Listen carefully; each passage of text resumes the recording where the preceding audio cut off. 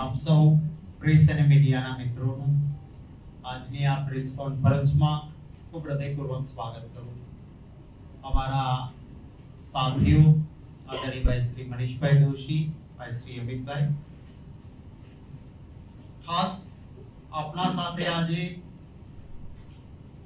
નગરપાલિકાઓ, એક મહાનગરપાલિકા, 3 તાલુકા પંચાયત અને કેટલીક પેટા ચૂંટણીઓના પરિણામો વિશે આપણી સાથે વાત કરવી છે.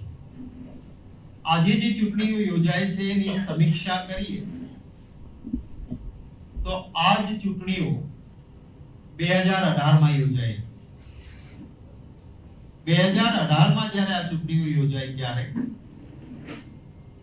કોંગ્રેસ પક્ષના અમારા 78 ધારાસભ્યશ્રીઓ હતા અને 3 અમારા સાથી પક્ષના, એટલે આમ ગણો તો 81, અને સારું વાતાવરણ હતું ને એ સમયે આ ચૂંટણીઓ યોજાય. પરંતુ એ વખતે પણ આ નગરપાલિકાઓમાં અમારા માટેના જે પરિણામો હતા એને આજના પરિપ્રેક્ષમાં કે જ્યારે માત્ર 12 ધારાસભ્યો કોંગ્રેસ પક્ષના છે, આના પરિપ્રેક્ષમાં જો જોઈએ તો અમારા માટે આ ચૂંટણીના પરિણામો નિરાશ થવા જેવા નથી. ખાસ કરીને એ વખતે પરિણામો પછી પણ કેટલીક નગરપાલિકાઓ જતા રહેતા બાદમાં અમારી સ્થિતિ લગભગ આજના જેવી જ હતી. આજના જે પરિણામો છે એમાં 2018 સાથે નગરપાલિકાઓમાં સરખામણી કરીએ તો અનેક નગરપાલિકાઓમાં અમારી સીટો ઘણી વધી છે. કેટલીક જગ્યાએ જ્યાં ગયા વખતે પણ અમે ખૂબ નબળા હતા ત્યાં આજે પણ નબળા રહ્યા છીએ અને ત્યાં મજબૂત થવા માટે અમારે જરૂર મહેનત કરવાની છે. મહાનગરપાલિકા એક જુનાગઢની ચૂંટણી, એની વાત કરીએ તો 2018 માં જ્યારે ચૂંટણી યોજાઈ ત્યારે 60 માંથી માત્ર એક કોર્પોરેટર અમારા ચૂંટાયા. જ્યારે અમારા પાસે મજબૂતીથી ધારાસભ્યો 81 હતા ત્યારે જુનાગઢ મહાનગર ત્યારે 3 ની સંખ્યા. આજે છેલ્લા આંકડા મળતા મુજબ જ્યાં માત્ર 2018 માં એક ચૂંટાયા હતા ત્યાં આજે કોંગ્રેસના સિમ્બોલ પર જુનાગઢ મહાનગરપાલિકામાં 11 કોર્પોરેટરો અમારા ચૂંટાયા છે. હું જુનાગઢના સુજ્ઞજનોનો ખૂબ આભાર માનું છું. ઘણા ગઢાઓ થયા જુનાગઢમાં. જે રીતે ચૂંટણીની સાથે અનેક પ્રકારના જે લોકશાહીમાં માન્ય નથી વાસગંડા થયા, એમ છતાં જુનાગઢ વાસીઓએ જે પ્રેમ આપ્યો છે માટે એમનો ખાસ આભાર માનું છું. અનેક કાવાદાઓ લોકશાહીમાં જેને કરપ્ટ પ્રેક્ટિસ કહે, જે માન્ય ન હોય, અને હું આક્ષેપ કરું છું એમ નહીં, આપના સૌના કેમેરાની આંખે અમારા એક ઉમેદવારે સ્ટિંગ ઓપરેશન કર્યું. 7.5 લાખ રૂપિયાથી ફોર્મ પાછું ખેંચવાની વાત ને 3.5 માં સોદો. આ સંપૂર્ણ કેમેરાની આંખે કોઈ જાતની છેડછાડ વગર દર્શાવાય. સ્પષ્ટ થયું કે ભારતીય જનતા પાર્ટી કઈ રીતની પ્રવૃત્તિ કરે છે. આપણે સૌએ જોયું કે મત નહીં આપો તો તમારા ઘર પર બુલડોઝરો ફેરવી દઈશું, ભાજપને મત નહીં. આ પણ ચાલે. કેટલાય અમારા ઉમેદવારો, લગભગ કોઈ બાકી નહીં રહ્યું હોય, નાના કોથળા, ધાક ધમકી, ખૂબ પ્રેશર. હું સલામ કરીશ મારા કોંગ્રેસ પક્ષના એક કાર્યકર્તા મિત્રોને કે આ બધાની વચ્ચે ખૂબ મજબૂતીથી, નિષ્ઠા અને પ્રમાણિકતાથી કોંગ્રેસના ઉમેદવારો ચૂંટણી લડ્યા છે. એમને અભિનંદન આપું.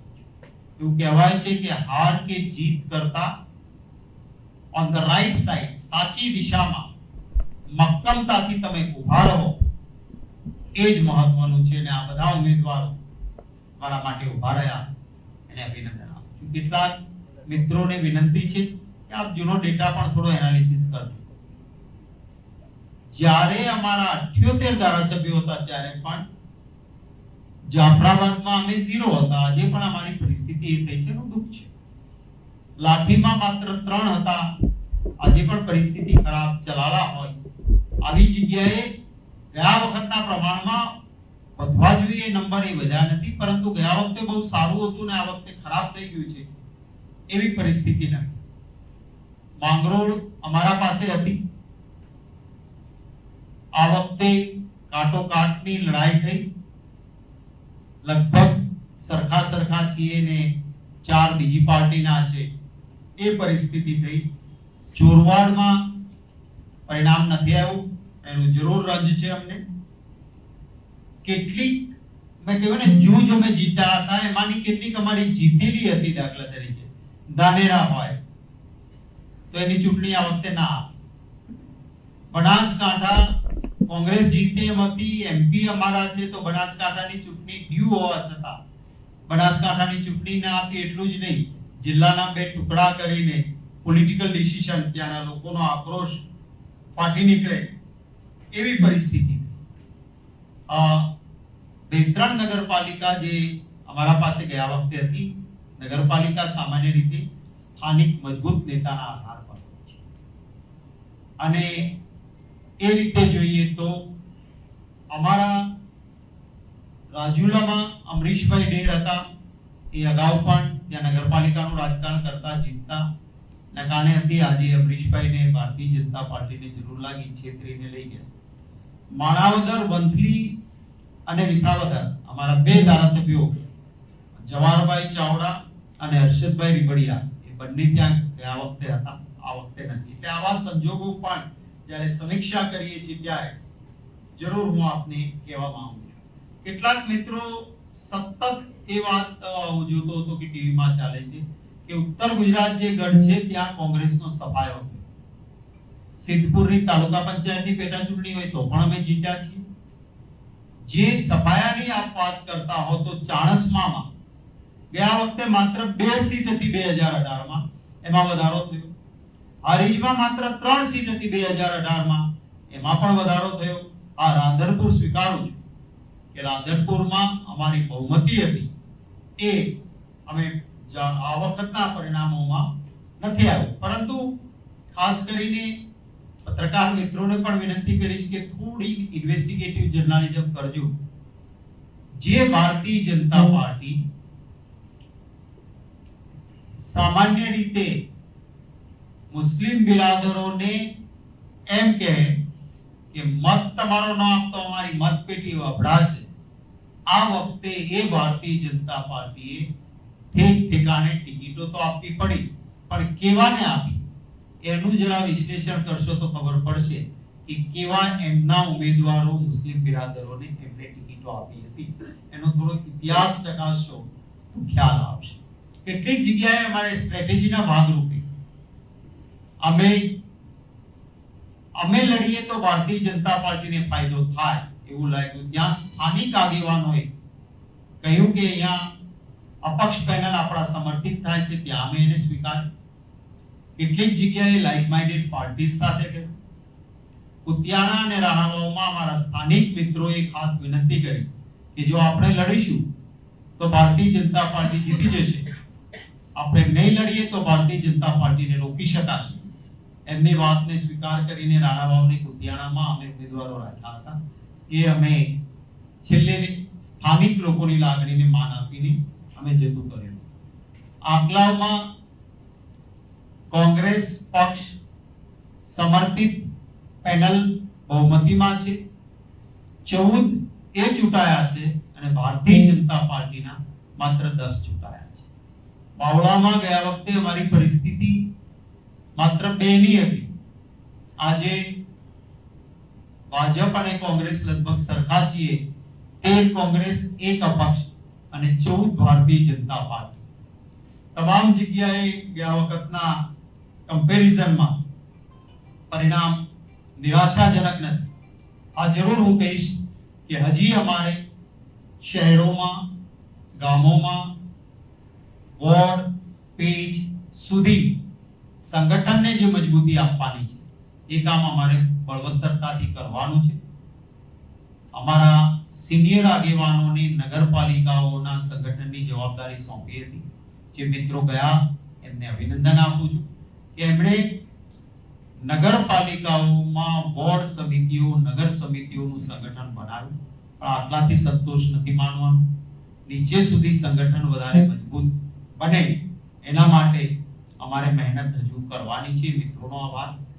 કોંગ્રેસના સ્થાનિક કાર્યકર્તાઓએ અનેક જાતના દબાણોની વચ્ચે બબ્બર શેર બનીને ભારતીય જનતા પાર્ટીનો સામનો કર્યો. કેટલાક આગેવાનો મક્કમતાથી કાર્યકરોની સાથે રહ્યા અને વાલા ગુજરાતીઓએ જ્યાં જ્યાં અમારી પ્રચારના કામમાં સમર્થન આપ્યું છે સૌનો પણ ખૂબ હૃદયપૂર્વક આભાર માનું છું. અમારા જે ઉમેદવારો ચૂંટણી લડ્યા છે એમના સૌના સાથે અમારો ડાયલોગ પણ ચાલુ રહેશે. એમને અભિનંદન છે, ખૂબ ખૂબ અભિનંદન છે કે વેચાયા નહીં, ડર્યા નહીં અને આ ભારતીય જનતા પાર્ટીને કામના નામ પર જ જો મત મળવાના હતા તો આપના કેમેરાની આંખો સામે આવી એવી વિડિયોઝ ન મળી હોત કે જ્યાં લોકશાહીમાં માન્ય નથી એવા હાથગંડાઓથી, કરપ્ટ પ્રેક્ટિસથી ઉમેદવારોને ખેંચવાનું કામ ન થયું હોય. જે બી ટીમ તરીકે ભારતીય જનતા પાર્ટી આમ રોજે રોજ ભાજપ અને ઓવેસીજી એકબીજા સામે બરાબરની નુરાકુસ્તી કરતા હોય છે. આખા ગુજરાતમાં ઓવેસીજીની પાર્ટીના મેન્ડેટ એ ભારતીય જનતા પાર્ટીના ઈશારે અપાયા. એમનું ક ફોર્મ રજૂ નહોતું થયું. મારી પાસે ઓફિશિયલ રિપ્લાય છે. તમામ ફોર્મ એના રદ થઈ જવા જોઈએ ક ફોર્મ રજૂ ન કરો તો પણ એ ફોર્મ રદ ન થયા કારણ કે ભારતીય જનતા પાર્ટી ઈચ્છતી હતી કે સેક્યુલર વોટ્સનું વિભાજન થાય. કેટલીક બીજી પાર્ટીના મેન્ડેટ પણ એમના હાથે અપાયા. આ બધું જ હોવા છતાં કોંગ્રેસ મજબૂતીથી લડી છે અને આવતા દિવસોમાં હજુ વધુ ને વધુ સંગઠન પણ મજબૂત કરીશું. લોક પ્રશ્નો માટે લડતા રહીશું. અમે અને અમારી ટીમ સંપૂર્ણપણે લોકશાહીને જીવંત રાખવા માટે, ગુજરાતીઓના પ્રશ્નોને વાચા આપવા માટે, લોકોના આશીર્વાદ મેળવવા માટે સતત પ્રયત્નશીલ રહીશું. એ વાતની આજના તકે ખાતરી આપીને ફરી વખત મારા કોંગ્રેસ પક્ષના તમામ ઉમેદવારો અને કાર્યકર્તાઓને અભિનંદન આપું છું. જે કંઈ મજબૂતી મળી છે એ કોંગ્રેસ પરિવારના મિત્રોના કારણે કોઈ ખામી રહી હોય તો એ પ્રદેશ પ્રમુખ તરીકે મારી ખામીનો હું સ્વીકાર કરી શકીશ. એમાં કોઈ મને સંકોચ નથી. પરંતુ મારા મિત્રો અને ટીમે ખૂબ સારી લડાઈ લડ્યા છે. એમને અભિનંદન આપું છું. આપના કોઈ સવાલો હોય તો એનું સ્વાગત રહેશે. કોંગ્રેસ હવે આની જવાબદારી લેશે કે કેમ? કારણ કે 6 કાર્યકારી પ્રમુખ બનાવ્યા તેમ છતાં 3 નગરપાલિકા પણ નથી. ચોક્કસ મેં તમને કહ્યું કે 2018માં આ જ ચૂંટણીઓ યોજાઈ જ્યારે 78 ધારાસભ્યો હતા ત્યારે પણ અમારા માટે અહીંયા વિસ્તારમાં ઉત્સાહજનક પરિણામો નહોતા. સિંગલ ડિજિટ થી બહાર નહોતા. આજે પરિણામો અમારી અપેક્ષા કરતા બહુ જ ખરાબ આવી ગયા છે. હું નહીં કહું અમારી અપેક્ષા ખૂબ સારી હતી, પરંતુ અહીં અમને ખબર હતી અને એટલે જ અમે છેલ્લા થોડા મહિનાઓથી કોન્સન્ટ્રેશન કર્યું હતું આ નગરપાલિકાઓના સંગઠન માટે. અને એટલે અમને પણ આ ચૂંટણીમાંથી દરેક ચૂંટણી કઈ ને કઈ જ્ઞાન આપતી હોય છે. જ્ઞાન હતું જ અમારા પાસે વધારે મળ્યું છે કે હજી વધારે સંગઠન મજબૂત કરીને વધારે પેનિટ્રેટ બૂથ પેજ સુધી કેમ જઈએ એની મહેનત અમે જરૂર કરીશું. બાપુ, છેલ્લી અનેક ચૂંટણીઓ બાદ આ જ પ્રકારની જોવા મળે છે કે ભારતીય જનતા પાર્ટી શામદામ દંડ ભેદથી ચૂંટણીઓ જીતે છે અને આગામી 27ની ફાઇનલ તમે જો જીતવા માંગતા હોય તો આ જ ભારતીય જનતા પાર્ટી રહેવાની છે, આ જ નેતાઓ રહેવાના છે. તો એવું તો શું કંઈ કરવામાં આવશે કે જેના કારણે 2027 આપ જીતી શકો? નરેન્દ્રભાઈ, તમને મેં કહ્યું કે મેં એવું નથી કહ્યું કે આ શામદામ. મેં કહ્યું કે 2018ની સરખામણીમાં આ પરિણામો અમારા માટે નિરાશાજનક ન ગણાય. જ્યારે 78 ધારાસભ્યો અને 3 સાથીના કે 81 ધારાસભ્યો હતા ત્યારના પરિણામોને આજના પરિણામ સાથે તમે સમીક્ષા કરો કે જ્યારે 12 જ છે તો એના પ્રમાણમાં પરિણામ ખરાબ આવ્યા છે કે ઠીકરું ફૂટી ગયું છે એવું નથી. આ પરિણામોથી અમારો ઉત્સાહ ઘટી ગયો કે ઓસરી ગયો એવું નથી. જરૂર સંગઠનને વધારે મજબૂત બનાવવા માટે અમારી ટીમ કામે લાગશે વધારે. આમાં પણ કામ ન કર્યું હોત ને તો કદાચ અમારી પરિસ્થિતિ બહુ કફોડી હોત.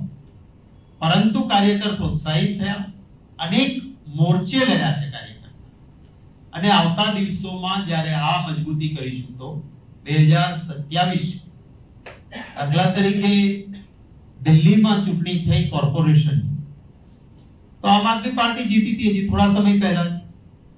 વિધાનસભાની ચૂંટણીમાં આમ આદમી પાર્ટી હારી ગઈ. એટલે આ ચૂંટણીના કારણે 2027 માં આમ થઈ જશે કે તેમ થઈ જશે એ કહેવું વ્યાજબી નહીં. પરંતુ અમે સાથે મળીને 2027 માટેની, એ સિવાય વચ્ચે પણ ચૂંટણીઓ આવવાની છે સ્થાનિક સ્વરાજની, એ દરેક તબક્કે અત્યારથી જ અમારી મહેનત અમે શરૂ કરીશું. બાકી આખરે લોકોના હાથમાં છે, લોકોના હાથમાં મેન્ડેટ છે. હાર કે જીત એ કરતા તમે કોઝ માટે, વિચારધારા માટે વળગી રહો, એ વધારે મહત્વનું છે.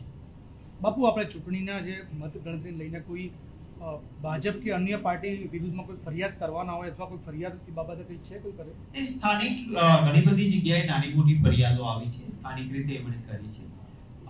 આ ચૂંટણી કમિશન એ સ્થાનિક ચૂંટણી કમિશન હોય છે, એમના પાસે પણ કેટલીક રજૂઆતો ગઈ છે.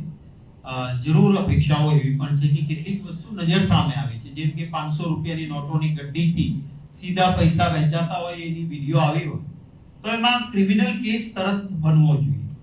ઉમેદવાર અને એનો પરિવાર અને ભાજપના નેતા મારા ઉમેદવારને ખરીદવા જાય, 7.5 લાખથી વાત કરે 3 લાખ સુધી, તો કરપ્ટ પ્રેક્ટિસ નીચે એ સીટના એ ઉમેદવારને સામે પગલા ભરવા જોઈએ. સિયો મોટો ચૂંટણી કમિશન પોતાની તટસ્થતા અને નિષ્પક્ષતાને પ્રસ્થાપિત કરવા માટે આ અંગે પગલા ભરશે એવી અપેક્ષા છે.